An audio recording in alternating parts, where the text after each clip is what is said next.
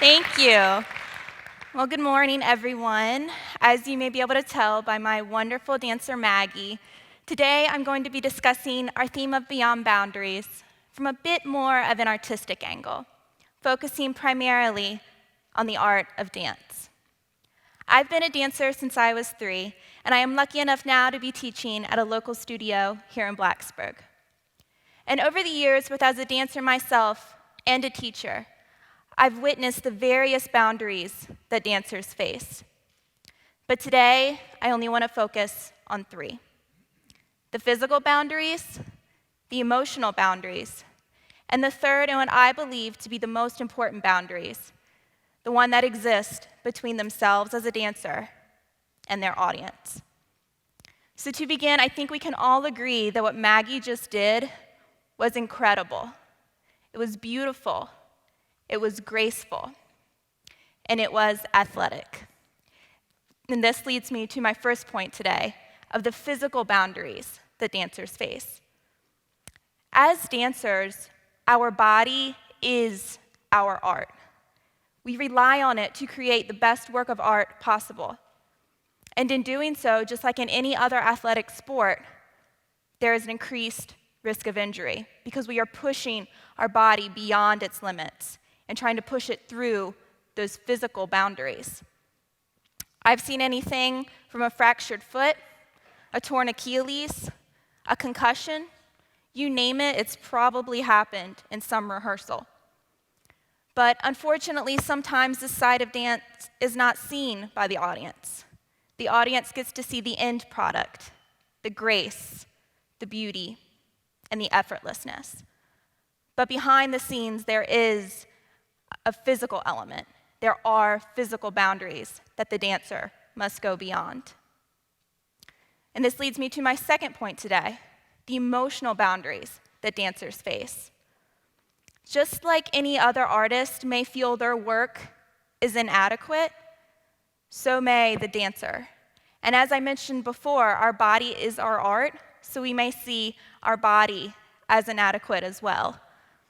It may not jump high enough, turn quick enough. It may not be flexible enough.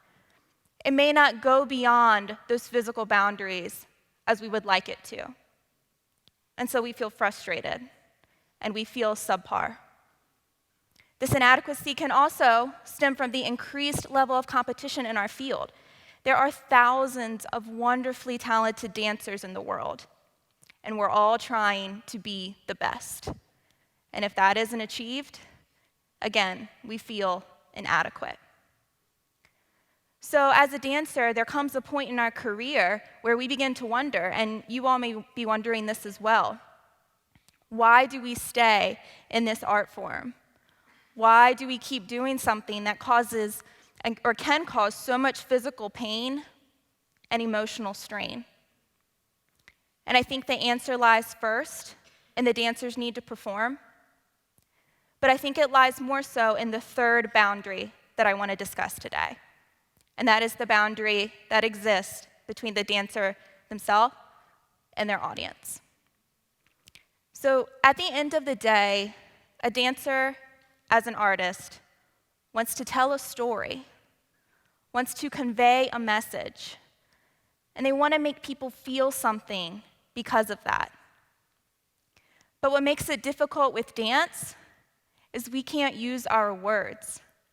We can't use our verbal language to tell that story and convey that message. We can only rely on our body, our physical movement, and our body language. And though this is more difficult when it's achieved, it is one of the most fulfilling experiences as a dancer, artist, and person. Let me give you all an example. When I was in high school, my partner and I were doing a piece, and there was a lull in the choreography where we were able to look out into the audience and see their faces. And there was a woman sitting towards this side of the room. And I was able to actually see her face, and I noticed she was crying and nodding. And at first, my initial reaction was, what could have happened to this woman? What could have happened to her in the audience to cause such a reaction? And then it hit me. It was because of what we were doing, the art we were creating. It made her feel something to the point of tears. So at that moment, we understood one another and we were connected simply due to body language and nonverbal language. And as I thought about it later, not only had we broken through and gone beyond the physical boundary that exists between performer and audience, we had gone beyond so many things that normally hinder communication every day. Verbal language, socioeconomic status, gender, race, political beliefs, none of those mattered anymore. We were connected and we understood each other. And I think this idea transcends and transfers into our everyday lives. Think about those times when you're communicating with someone and the words just wouldn't cut it. You needed more than that verbal language. You needed the nonverbal. Maybe you needed a nod of understanding, or a smile of encouragement, or maybe even to the extent of a hug. But you needed more to understand and connect with that other person. So that being said, today I want to challenge you all, the next time you're communicating, to use this technique of a dancer, to use your nonverbal body language. I think you all could be amazed at the results about that deepened level of understanding with the other person, that increased connection, and how communication can go beyond boundaries. I think that's an idea that's worth thinking about. It's something that's worth considering. And I certainly think it's an idea that's worth spreading. Thank you.